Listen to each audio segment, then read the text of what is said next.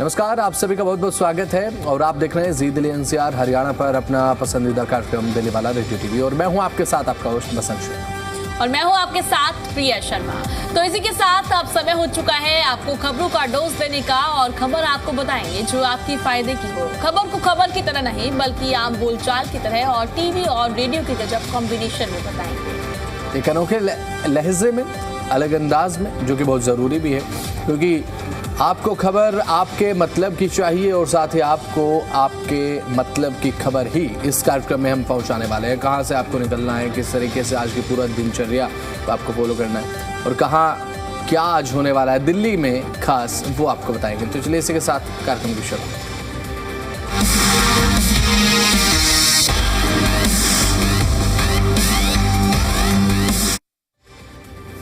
तो सबसे पहली अपडेट तो यही है कि मौसम को लेकर आप सोच रहे हैं कि आज गर्मी थोड़ी ज़्यादा रहेगी तो थोड़ा ठहर जाइए क्योंकि मौसम एक बार फिर से अपना मूड चेंज करने के लिए पूरी तरह से तैयार है। जहाँ एक तरफ तेज़ धूप लोगों को अभी पसीना पसीना कर ही रही थी कि अब मौसम विभाग ने एक नया अपडेट देकर अब आपको और हमें भी थोड़ी राहत दे दी है। IMD के मुताबिक अब नए पश्चिमी विक्षोभ की सक्रियता के चलते प्रिया दिल्ली में एक बार फिर वो बारिशनुमा मौसम देखने को मिलेगा। बिल्कुल, मुझे लगता है अब तो राजधानी दिल्ली वासी जो है इंतजार करते हैं कि कब मौसम का रुख बदले और कब मौसम सुहाना हो जाए। जी हाँ, अब आपके लिए एक और ही हम अपडेट लेकर आए। आज फिर से मौसम सुहाना होने वाला है। आज येलो अलर्ट जारी किया गया है। आज और कल झमाझम बारिश देखने को मिलेगी। मतलब अब दिल्ली में मौसम बोलेगा मैं कभी धूप, कभी बादल, कभी हवा। यानी कि आप देख रहे होंगे कभी धूप देखने को मिल रही है, कभी हवा, कभी बादल, कभी बारिश। मौसम बार बार बदल रहा है। अभी भी थोड़ा ना बाहर थोड़ा फोगी सी कंडीशन है, थोड़ा ब्लरी कंडीशन है, धूप बिल्कुल क्लियर नहीं है, अभी भी बादलों की आवाजाही है। तो अब बात अगर करें आने वाले 1 से 2 दिन आपको तेज़ हवाएं आपको महसूस होंगी, झोंकेदार हवाएं चल सकती हैं, हल्की बारिश की संभावना है, यानी कि छाता रखना ज़रूरी है। लेकिन अब ऐसे में थोड़ा सा ध्यान भी आप रखिएगा क्योंकि बारिश जब होती है तो तमाम तरीके की दिक्कतें, जल भराव, ये तमाम परेशानी हो जाती है। पिछले दिनों की अगर बात करें, बारिश के बाद तापमान में हल्की बढ़ोतरी दर्ज की गई प्रिया, लेकिन अब फिर से मौसम सुहावना होने की तरफ बढ़ रहा है। IMD ने येलो अलर्ट दिया है तो इसका मतलब आप थोड़ा मानकर चलिए कि हल्की फुल्की बारिश की फवारे तो भाई हो सकती है। बिल्कुल बसंत, अगर हम देखें तो इस बार गर्मी जो है अपना रूप ही नहीं दिखा पा रही है। नहीं दिखाया था भाई, दिखाया था। आप देखो ना 2-3 दिन हम तेज गर्मी देखने को मिलती है कि बहुत गर्मी है, बहुत गर्मी है, और एकदम से फिर से मौसम डाइवर्ट हो जाता है। क्योंकि मैं अप्रैल की स्टार्टिंग की बात करूं, मैं मई की बात करूं, अरे मार्च में हमने सारी चीजें देखी। बिल्कुल बार बार मौसम बदल रहा है और इस बार तो ऐसा लग रहा है मौसम काफी इंटरेस्टिंग हो गया है कि कब मौसम बदल जाए समझ ही नहीं आ रहा है। बिल्कुल, और आपने अभी हार्डली 10 to 15 डेज बैक अगर मैं बात करूं तो आपने देखा होगा कि 40 से 44 डिग्री तक तापमान पहुंचा था, 45 डिग्री को टच कर रहा था। स्कूलों में वाटर बेल अनिवार्य कर दी गई थी, 40 से 45 मिनट के बाद बेल बजेगी, बच्चों को पानी पीना है, उस लेवल की गर्मी पड़ रही थी। लेकिन उसके बाद अचानक वेस्टर्न डिस्टर्बेंस और बारिश का मौसम, बारिशनुमा मौसम हुआ। उसके बाद थोड़ा सा एक ठंड का एहसास बढ़ा, बारिश हुई और उसके बाद से ये रिमझिम जो मौसम का दौर है वो लगातार जारी है। मौसम जो है हिचकोले ले रहा मुझे लगता है। अब मौसम फिलहाल फुल टाइम कंफ्यूजन मोड में चल रहा है कि भाई क्या किया जाए, गर्मी दी जाए या फिर बारिश दी जाए या फिर क्या हो। लेकिन आपके लिए अच्छी खबर है कि आने वाले 2 दिन आप गर्मी के बारे में मत सोचिए, कोई दिक्कत वाली बात नहीं है, परेशानी वाली बात नहीं है। आप फैमिली के साथ जाकर टाइम स्पेंड कर सकते हैं। लेकिन सैडली वीकेंड नहीं है, नए हफ्ते की शुरुआत, तो फिर फैमिली के साथ टाइम थोड़ा सा मुश्किल से मिल पाता है अगर आप कॉर्पोरेट सेक्टर में है, क्योंकि वीकेंड का सभी को इंतजार रहता है और वीकेंड तक आते आते मुझे लगता है कि गर्मी कहेगी I am back bro, it's over. आपको क्या लगता है? बिल्कुल, मौसम जिस तरीके से बार बार डाइवर्ट हो रहा है बसंत, देखा जाए कहीं ना कहीं गर्मी से राहत मिल रही है, पर जो है इसका इम्पैक्ट लोगों पर भी पड़ रहा है, बॉडी पर पड़ रहा है, क्योंकि लोग बीमार हो रहे हैं। कभी बारिश देख रहे हैं, कभी धूप देख रहे हैं, कभी हवा देख रहे हैं, तो इसमें आपको अपना ध्यान रखना बेहद जरूरी है। ये बात तो हमने मौसम को लेकर कर ली और अब अपना ध्यान रखिए, क्योंकि जब गर्मी देखने को मिलती है हम लगातार आपसे बोलते हैं हाइड्रेट रखिए, ज्यादा से ज्यादा पानी पीजिए। अब मौसम बदलता है, अब तो देखने को मिल रहा है लोगों को बुखार हो रहा है, खांसी जुकाम, तो अपना ध्यान रखिए। ध्यान रखना बहुत ज्यादा जरूरी भी है। एक और जानकारी आपने सुनी क्या? दिल्ली में जो हॉट एयर बैलून चल रहा था वो बंद कर दिया गया है, इसके बारे में पता है आपको? नहीं, आप बताइए बसंत। बिल्कुल, तो दिल्ली में आपने सुना होगा कि भाई सरकार हॉट एयर बैलून लेकर आ रही थी कि हॉट एयर बैलून में आप बैठेंगे, आप सीधे जाएंगे आसमान में, दिल्ली दर्शन करेंगे। लेकिन अब ऐसा नहीं होगा। दिल्ली में हॉट एयर बैलून की योजना को अब बंद कर दिया गया है। कारण क्या रहे हैं, क्या आप जानते हैं? क्या आप जानती हैं प्रिया इसके कारण क्या रहे हैं? नहीं बसंत, आप ही बताइए कि क्या कारण रहे हैं और क्यों बंद किया गया है। तो वहीं दिल्ली में अब हॉट एयर बैलून से दिल्ली दर्शन की योजना को पिछले साल शुरू किया गया था और 2025 के नवंबर में इसे शुरू किया गया, लेकिन ज़्यादा रिस्पॉन्स इसे मिला नहीं जितना मिलना चाहिए था कि भाई हॉट एयर बैलून में हम सफ़र करेंगे या फिर जाएंगे दिल्ली दर्शन देखेंगे, एक जो एरियल व्यू है राजधानी दिल्ली का कैसा लगता है, तो एक वो कोशिश थी, लेकिन उसके बाद बहुत ज़्यादा रिस्पॉन्स इसे नहीं मिला। अब इसका कारण आप ये इसका फेयर भी आप कह सकते हैं क्योंकि दाम बहुत ज़्यादा थे। अब 2200, 2300, 2400 रुपये दाम होगा तो अब क्योंकि देखिए जब कोई योजना स्टार्ट की जाती है तो वो आम लोगों के लिए की जाती है, उसमें ये देखा जाता है कि दिल्ली का मिडिल क्लास मैन क्या इस योजना का फ़ायदा उठा सकता है। अब एक परिवार में अगर 5 सदस्य हैं, उन्होंने अगर प्लान कर लिया कि हम हॉट एयर बैलून में दिल्ली दर्शन करेंगे, देखते हैं कि भाई एरियल व्यू हमारी दिल्ली का आखिर लगता कैसा है, जहां हम रहते हैं वो दिखता भी है नहीं, तो मुझे लगता है कि वो अगर सुनेगा कि 2200 रुपये किराया है, 2200-2300 रुपये, 5 लोगों का किराया, उसमें बैठने का 5 लोगों का दाम हो जाएगा 10,000 से ज़्यादा। तो आप एक बात बताइए, कोई मिडिल क्लास मैन, कोई एक आम आदमी, नौकरी पेशा लोग जो 9 to 5 जॉब करते हैं, जिनकी सैलरी 20,000 25,000 के आसपास है, क्या वो 1 से 1.5 घंटे के एरियल व्यू के लिए कोई 10 से 12,000 रुपये देगा क्या? उनका पूरा मंथली बजट गड़बड़ा जाएगा भाई। तो मुझे लगता है इसीलिए रिस्पॉन्स नहीं मिला है। बिल्कुल पसंद, आपने सही काम। सीधे तौर पर कह सकते हैं जब बजट हाई होगा तो लोग नहीं अफोर्ड कर पाते हैं। जनवरी से मार्च तक बात की जाए तो मुश्किल से 2 या 3 बार इसका यूज हुआ, हाँ, लेकिन अब इसे बंद कर दिया गया है। कारण किराया भी रहा है, और क्योंकि किराया भी जिस तरीके से मेरे सहयोगी ने बताया 2000 से ज्यादा था और किराया कम होना चाहिए था, तो शायद हमें रिस्पॉन्स लोगों का देखने को मिलता। अगर किराया कम होता तो लोग भी पहुंचते, क्योंकि नई चीजें, नई एक्टिविटीज जब देखने को मिलती है तो लोग भी काफी इंटरेस्टेड होते हैं, पर किराया ही इतना था कि लोग वहां पर पहुंचे नहीं, जिस कारण से इसको बंद करना पड़ा। बिल्कुल। और इसके अलावा दिल्ली में हॉट एयर बैलून से जुड़ी पर्यटन योजना को अब आप कह सकते हैं कि बंद कर दिया गया है। इस योजना को नवंबर 2025 में शुरू किया गया था, लेकिन बहुत ज़्यादा रिस्पॉन्स नहीं मिला, जैसे कि हम बता रहे हैं। तो अब किसी चीज़ को अगर रिस्पॉन्स ना मिले, अब उसको आप कंटिन्यू करके रखते हैं, तो मुझे लगता है कि ये ठीक नहीं है। और ये ऐसा प्रयोग था सरकार का, जिस एक माइंडसेट के साथ सरकार ने इसे इंट्रोड्यूस किया था, वो फुलफिल नहीं हुआ। तो चलिए खबरों में आगे बढ़ते हैं, बात करते हैं उत्तर प्रदेश के बारे में। उत्तर प्रदेश का जेवर इस समय सबसे ज्यादा सुर्खियों में बना हुआ है। ऐसा क्यों, वो बताएंगी प्रिया, क्योंकि प्रिया की विशेष स्टडी है जेवर एयरपोर्ट को लेकर। बिल्कुल, चलिए बता देते हैं आपको। उत्तर प्रदेश के जेवर में बन रहे नोएडा इंटरनेशनल एयरपोर्ट को देश के सबसे आधुनिक एयरपोर्ट में गिना जा रहा है, लेकिन इसके संचालन से पहले ही एयरलाइंस कंपनियों और यात्रियों के बीच में लगातार तमाम सवाल उठ रहे हैं, क्योंकि जो शुल्क है वो काफी महंगा है। उसको लेकर अब बहस तेज हो गई है, खासतौर पर विमान पार्किंग, लैंडिंग और साथ ही यूजर डेवलपमेंट फीस को लेकर अब तमाम सवाल उठाए जा रहे हैं। अब मीडिया रिपोर्ट्स के अनुसार बात करें तो एयरलाइंस कंपनियां जैसे इंडिगो है, इंडिगो ने एयरपोर्ट इकोनॉमी रेगुलेटरी अथॉरिटी यानी कि एरा को एक पत्र लिखा है। पत्र लिखकर नोएडा एयरपोर्ट की ऊंची फीस पर चिंता जताई है, क्योंकि फीस बहुत ज़्यादा हैवी है, ज़्यादा है। बताया गया कि नोएडा एयरपोर्ट पर शुल्क जो है, कई शुल्क दिल्ली के इंदिरा गांधी इंटरनेशनल एयरपोर्ट की तुलना में लगभग 2 गुने हैं। और देखिए प्रिया, जब टिकट बुकिंग शुरू हुई थी अभी 2 से 3 दिन पहले, हमने वो जानकारी भी दर्शकों को दी थी, लेकिन वो किराया भी बहुत ज़्यादा था।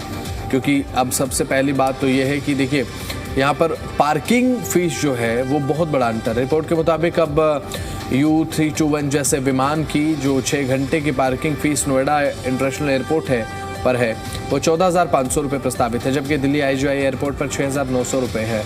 और ये फीस अब लगभग 8,000 रुपये मुझे लगता है कि एक अंतर है। मुंबई एयरपोर्ट पर 8,000 रुपये है, मुंबई एयरपोर्ट पर IGI से थोड़ा ज़्यादा है, क्योंकि बहुत बड़ा टर्मिनल है। विशेषज्ञों का मानना है कि एयरलाइंस कंपनियां बड़े हुए ऑपरेशन का खर्च जो है, जो बोझ है खर्च का, मुझे लगता है अंततः यात्रियों पर डाल सकती हैं। क्योंकि देखिए अगर किसी चीज़ का बोझ बढ़ता है तो आप किस पर डालते हैं, आप टिकट महंगी कर देंगे।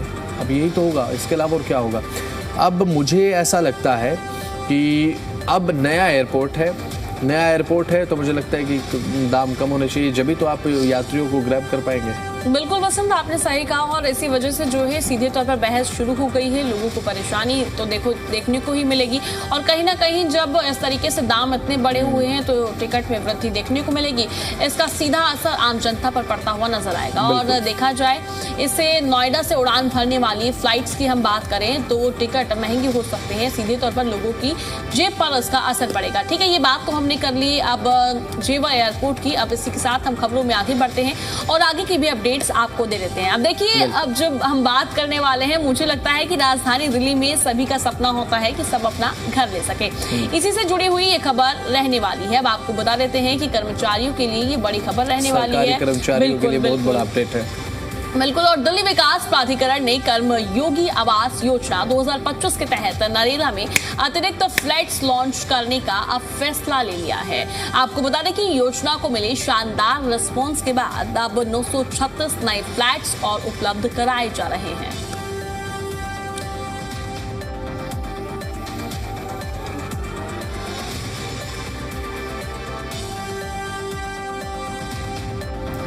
तो इससे पहले योजना के पहले चरण में नरेला सेक्टर A1 A4 के पॉकेट 9 में अगर बात करें तो 1168 फ्लैट्स पेश किए गए थे और डीडीए के मुताबिक इनमें से करीब 75% फ्लैट्स बिक चुके हैं। बढ़ती हुई मांग को देखते हुए अब पॉकेट 6 में नए फ्लैट्स को ऑफर किया जा रहा है लोगों को, ताकि बेसिकली जो मुझे लगता है कि गवर्नमेंट एम्प्लॉय है उनको बहुत ज़्यादा फायदा इसको लेकर मिलने वाला है। बिल्कुल बसंत, आपने सही कहा और ये योजना जो है विशेष रूप से सरकारी कर्मचारियों के लिए तैयार की जा रही है। इसमें केंद्र सरकार, राज्य सरकार और सार्वजनिक उपक्रम बैंक की बात की जाए, स्थानीय निकाय की मैं बात करूँ, ये विश्वविद्यालय और अन्य सरकारी संस्थानों के कार्यरत एवं सेवानिवृत्त कर्मचारी अब आवेदन कर सकते हैं। डीडीए का क्या कुछ कहना है ये भी एक बार अपने दर्शकों को बता देते हैं। डीडीए का यहाँ पर कहना है कि इस योजना का उद्देश्य सरकारी कर्मचारियों को अब सीधे तौर पर फायदा देता हुआ नजर आएगा। उनके लिए बेहतर सुविधाएं होंगी, 25% तक की छूट मिलने वाली है। ये बहुत बड़ी चीज। बिल्कुल। नई आवास योजना के तहत फ्लैट्स पर 25% तक की छूट दी जा रही है। छूट के बाद फ्लैट्स की कीमतें काफी आकर्षक हो गई हैं, जिससे मध्यम वर्गीय सरकारी कर्मचारियों को बड़ा लाभ मिल सकता है। हालांकि मेंटेनेंस चार्ज अलग से देना होगा। तो फ्लैट अलग अलग कैटेगरी और साथ ही प्लिंथ एरिया में उपलब्ध हैं। ऐसे में यहाँ पर बात करें ताकि खरीदार अपनी ज़रूरत और बजट के हिसाब से अपना जो ऑप्शन है वो चूज़ कर सके, क्योंकि एक कैटेगरी में आप सभी फ्लैट्स को नहीं रख सकते। आपका बायर जो है उसकी कैटेगरी डिफरेंट है, उसका बजट डिफरेंट है, उसकी प्रेफरेंसेस अलग है, उसके ऑब्जेक्टिव्स अलग है, तमाम चीज़ों में डिफरेंसेस हैं। तो नरेला अब एक हाउसिंग हब बनने की तरफ मुझे लग रहा है कि बढ़ता हुआ नज़र आ रहा है, जो कि एक अच्छी बात भी है। तो इसी बीच खबरों में आगे बढ़ते हैं। तो अब बात करते हैं ट्रैफिक को लेकर। थोड़ा सा ट्रैफिक में आने वाले समय में सख्ती होने जा रही है। अगली खबर की तरफ हम शिफ्ट कर रहे हैं। तो अब दिल्ली में एलजी ने ट्रैफिक व्यवस्था को लेकर सख्त रुख अपना लिया है। अधिकारियों को ये कह दिया है कि पालन तेजी के साथ कराएं और साथ ही साथ सख्ती के साथ नियमों का पालन होना चाहिए। तो 20 नवंबर अगर रोड पर चल रहे हैं तो सख्ती के साथ रोड जो रूल्स हैं उन्हें फॉलो किया जाए, जो सड़क नियम है उन्हें फॉलो कर। राजधानी में ट्रैफिक सुधार को लेकर कई अहम कदम भी उठाए गए, लेकिन अब नई डिजिटल प्रणाली के तहत पूरी व्यवस्था को भी सख्त किया जा रहा है। यहाँ पर दो चीज़ें अहम हैं, दो चीज़ें मैं बताना चाहूँगा प्रिया। सबसे पहली बात तो ये कि अब एलजी साहब कह रहे हैं कि भाई कोई चांस लेने की ज़रूरत नहीं है, जो ट्रैफिक नियमों का उल्लंघन कर रहा है सख्ती करो, चालान करो, जुर्माना ठोको।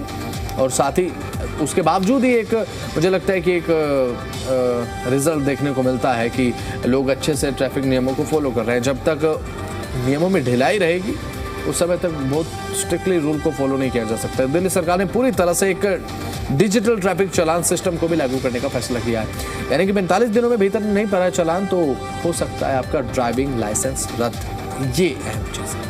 बिल्कुल, और साथ ही आपको ये भी बता दें कि एलजी ने भी पेंडिंग चालानों पर सख्ती बढ़ाने के अब सीधे तौर पर निर्देश दे दिए गए हैं। उद्देश्य सड़क सुरक्षा है, अनुशासन और पारदर्शिता को मजबूत करना है। नए नियमों से ट्रैफिक व्यवस्था में सुधार की उम्मीद सीधे तौर पर जताई जा रही है, क्योंकि देखा जाए बसंत मुझे लगता है और ये होना भी बेहद जरूरी है। अगर जब सख्त नियम होंगे तो तभी लोग उनको फॉलो भी करेंगे, चालान होंगे तो लोग सतर्क भी रहेंगे कि नियमों का उल्लंघन नहीं करेंगे। नहीं बसंत, मेरा कभी चालान नहीं कटा है, आप बताइए। नहीं, मेरा तो मुझे लगता है कि एक बार मैं सीट बेल्ट लगाने भूल गया था, बाय मिस्टेक, तो उस समय चालान हुआ था। और वो चंडीगढ़ की बात है। और क्योंकि चंडीगढ़ में ये बात कही जाती है ना कि चंडीगढ़ के सारे रास्ते भाई चालान की तरफ जाते हैं, किसी न किसी तरह से आपसे पैसे निकालने कैसे ट्रैफिक पुलिस को वो जानते हैं। और ट्रैफिक बहुत ज़्यादा चालान चंडीगढ़ में करते हैं, ट्रैफिक रूल्स बोल सकते हैं। हमारी दिल्ली में भी ट्रैफिक रूल्स हो सकते हैं, इसमें कोई दो राय नहीं है। लेकिन मुझे एक और चीज़ लगती है कि भाई लोग ना अब इस चीज़ के साथ भी फ्रेंडली हो चुके हैं कि अच्छा फला रोड पर फला कैमरा नहीं चलता है तो वहाँ पर तो आप 60 क्रॉस कर सकते हैं, वहाँ पर आप 80 दौड़ा सकते हैं भाई, वहाँ का कैमरा चलता है, कहाँ का नहीं चलता है। अब लोगों को ये भी पता है। अब किसी रोड पर अगर चालान आ जाए तो फोटो के साथ ये कंफर्म हो जाता है कि ये कैमरा चल रहा है, यहाँ हमें 60 के नीचे अपनी स्पीड रखनी होगी। तो प्लीज़ हमारी भी आपसे रिक्वेस्ट है कि रोड पर अगर निकल रहे हैं तो ट्रैफिक जो नियम है, जो सड़क के नियम है, प्लीज़ उनका पालन करें। कहीं ऐसा ना हो कि आपको जुर्माना भरना पड़ जाए और फिर आप कहें कि यार ये खबर तो हमने देखी भी थी, सुनी भी थी, हेलमेट डाल लेते या फिर नियमों का पालन कर लेते तो अच्छा रहता, कम से कम 1000-1200 रुपये हमारे बच जाते। और खबरों में आगे बढ़ते हैं। अब खबरों में आगे बढ़ते हुए अगली अपडेट प्रिया आप दीजिए। बिल्कुल, अब खबरों में आगे बढ़ते हैं। आगे की भी अपडेट्स आपको दे देते हैं। उत्तर पश्चिम दिल्ली के लाखों लोगों के लिए मुकरबा चौक जाम की बड़ी समस्या अब खत्म होने की ओर पर है। केंद्र और दिल्ली सरकार के समन्वय से रेलवे ने मुकरबा चौक ROB चौड़ीकरण और शालीमार बाग से ट्रांसपोर्ट नगर तक एलिवेटेड रूट को मंजूरी दे दी गई है। इस प्रोजेक्ट से ट्रैफिक को मल्टी लेयर फ्लो मिलेगा और जिससे वाहनों की अब गति भी बढ़ती हुई नजर आएगी। जाम की समस्या जो है उससे भी निजात मिलेगी, हल्की जो है सीधे तौर पर राहत मिलती हुई नजर आएगी। राजधानी दिल्ली की मुख्यमंत्री रेखा गुप्ता ने कहा है कि अब मुकरबा चौक पर दिल्ली की रफ्तार दौड़ेगी। इस परियोजना से हरियाणा और पंजाब से आने वाले लोगों को सीधे तौर पर राहत मिलती हुई नजर आएगी। इस परियोजना से हरियाणा और पंजाब से आने वाले वाहनों को बहुत ज़्यादा लाभ मिलेगा, क्योंकि जब आप आते हैं हरियाणा की तरफ से, पंजाब की तरफ से, तो उस समय जाम की कंडीशन करनाल बाईपास के बाद बहुत ज़्यादा बढ़ जाती है। मुकरबा चौक की तरफ आप जब बढ़ना शुरू करते हैं, शालीमार बाग हो गया, आपका रोहिणी हो गया, बादली क्षेत्र हो गया, ट्रैफिक का दबाव बहुत ज़्यादा होता है। अब इसी दबाव को कम करने के लिए तो ये काम किया जा रहा है। अब रेलवे NOC मिलने के बाद निर्माण कार्य तेज़ी के साथ आगे बढ़ने की उम्मीद है। तो ये जो 2 हरी झंडी है वो मिली है। परियोजना की मुख्य बातें क्या है? मुकरबा चौक पर अब ट्रैफिक जैम खत्म होगा और साथ ही यहाँ पर बात अगर करें तो हैदरपुर बादली आउटर रिंग रोड पर अब स्थित मौजूदा रेलवे ओवरब्रिज के संकरा होने के कारण यहाँ पर घंटों जाम लगा रहता है। चौड़ीकरण के बाद यहाँ पर वाहनों की आवाजाही स्मूथ हो जाएगी। चौड़ीकरण होगा और पुनर्निर्माण होगा, 2 चीज़ें हैं। कनेक्टिविटी का नया कॉरिडोर है। शालीमार बाग से संजय गांधी ट्रांसपोर्ट नगर तक प्रस्तावित एलिवेटेड लूप से भारी वाहनों और यात्रियों को रेलवे ट्रैक पार करने में बहुत ज़्यादा इंतजार अब नहीं करना पड़ेगा। ये शॉर्ट होगा और परिवहन लागत में कमी आएगी। संजय गांधी ट्रांसपोर्ट नगर जैसे प्रमुख मालवाहक हब में ट्रकों की आवाजाही अब आसान होने जा रही है। ईंधन और समय दोनों बचेंगे। बिल्कुल, सुरक्षित और साथ ही बाधा रहित यात्रा आप कर सकेंगे। आपको भी राहत मिलती हुई नजर आएगी, ट्रैफिक से भी सीधे तौर पर निजात मिलेगी। और क्योंकि अब आपको बता दें कि यात्रियों को सीधे तौर पर मैं बात करूं तो सुरक्षित यात्रा कर पाएंगी और कोई भी जो बड़ी बाधा है उसका सामना सीधे तौर पर नहीं करना पड़ेगा। क्योंकि राजधानी दिल्ली में जो जाम की समस्या है वो काफी आम है। बसंत, मुझे लगता है जाम की समस्या से लोग काफी परेशान रहते हैं। अब इसको लेकर सीधे तौर पर लोगों को भी राहत मिलती हुई नजर आएगी। और मुझे एक और चीज़ लगती है प्रिया कि जब आप जाम में फंसते हैं ना तो बहुत इरिटेट हो जाते हैं। कभी कभी तो आप जानबूझकर दूसरों को इरिटेट करने लगते हैं।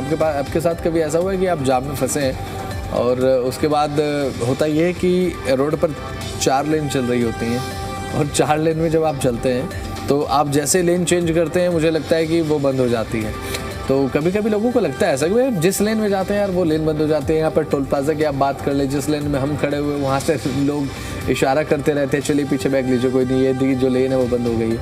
तो लोग उसे अपना बैड लक समझने लगते हैं कि यहाँ पर ट्रैफिक जैम है, अब हम इस लेन में थे, अब ये जाम हो गई, अब हम इस लेन में आ गए, अब वो जाम हो गई है। तो ये भी एक लोगों की मेंटलिटी रहती है भाई। अब ऐसे में ये तमाम चीज़ें हैं जो महत्वपूर्ण है कि भाई अब 2 परियोजनाओं को अगर मंजूरी मिली है तो मुझे लगता है कि एक अच्छी बात है। तो चलिए इसी के साथ खबरों में आगे बढ़ रहे हैं, बात करते हैं गोल्ड और सिल्वर प्राइस अपडेट के बारे में। सोना और चांदी, इस पर सभी की निगाहें रोजाना बनी रहती है, गृहिणियों की खास करके सोने चांदी का भाव क्या है। तो आपको हम बता दें आज 24 कैरेट 10 ग्राम सोने के दाम हैं 1,55,900 रुपये प्रति तोला, यानी कि प्रति 10 ग्राम।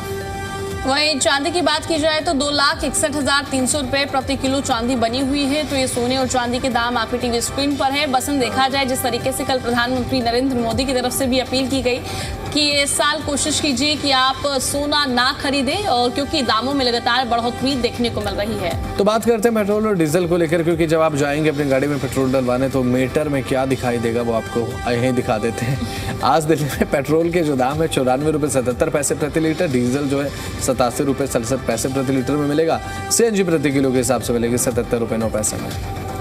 वहीं नोएडा की भी बात कर लेते हैं। नोएडा में पेट्रोल के दाम बने हुए हैं 95.12 पर लीटर, साथ ही डीजल बना हुआ है 88.29 पर लीटर और CNG 85.71 पर केजी। वहीं गुरुग्राम की बात की जाए तो गुरुग्राम में पेट्रोल है 95.65 पर लीटर, डीजल है 88.10 पर लीटर और CNG है 82.12 पर केजी। तो ये दाम आपके टीवी स्क्रीन पर दिल्ली, गुरुग्राम, नोएडा के पेट्रोल, डीजल, CNG तीनों के दाम। तो ये पेट्रोल और डीजल के और ईंधन के दाम हमने आपको बताया कि आखिर आपके क्षेत्र में दिल्ली, नोएडा, गुरुग्राम, NCR का जो क्षेत्र है वहाँ आखिर दाम क्या है। तो फिलहाल अब वो हर अपडेट हमने आपको पहुँचाई जो आपको पता होनी चाहिए थी, क्योंकि आप दिल्ली में रहते हैं। चाहे आप गोल्ड सिल्वर की बात करें, पेट्रोल की बात करें, या फिर हर अपडेट कि दिल्ली में आखिर क्या चल रहा है। तो चलिए, अब समय की कमी है, समय आज इतने की इजाज़त देता है। कल एक बार फिर से होकर मुलाकात हैं अपडेट्स के साथ। तब तक के लिए इस कार्यक्रम के समाप्ति।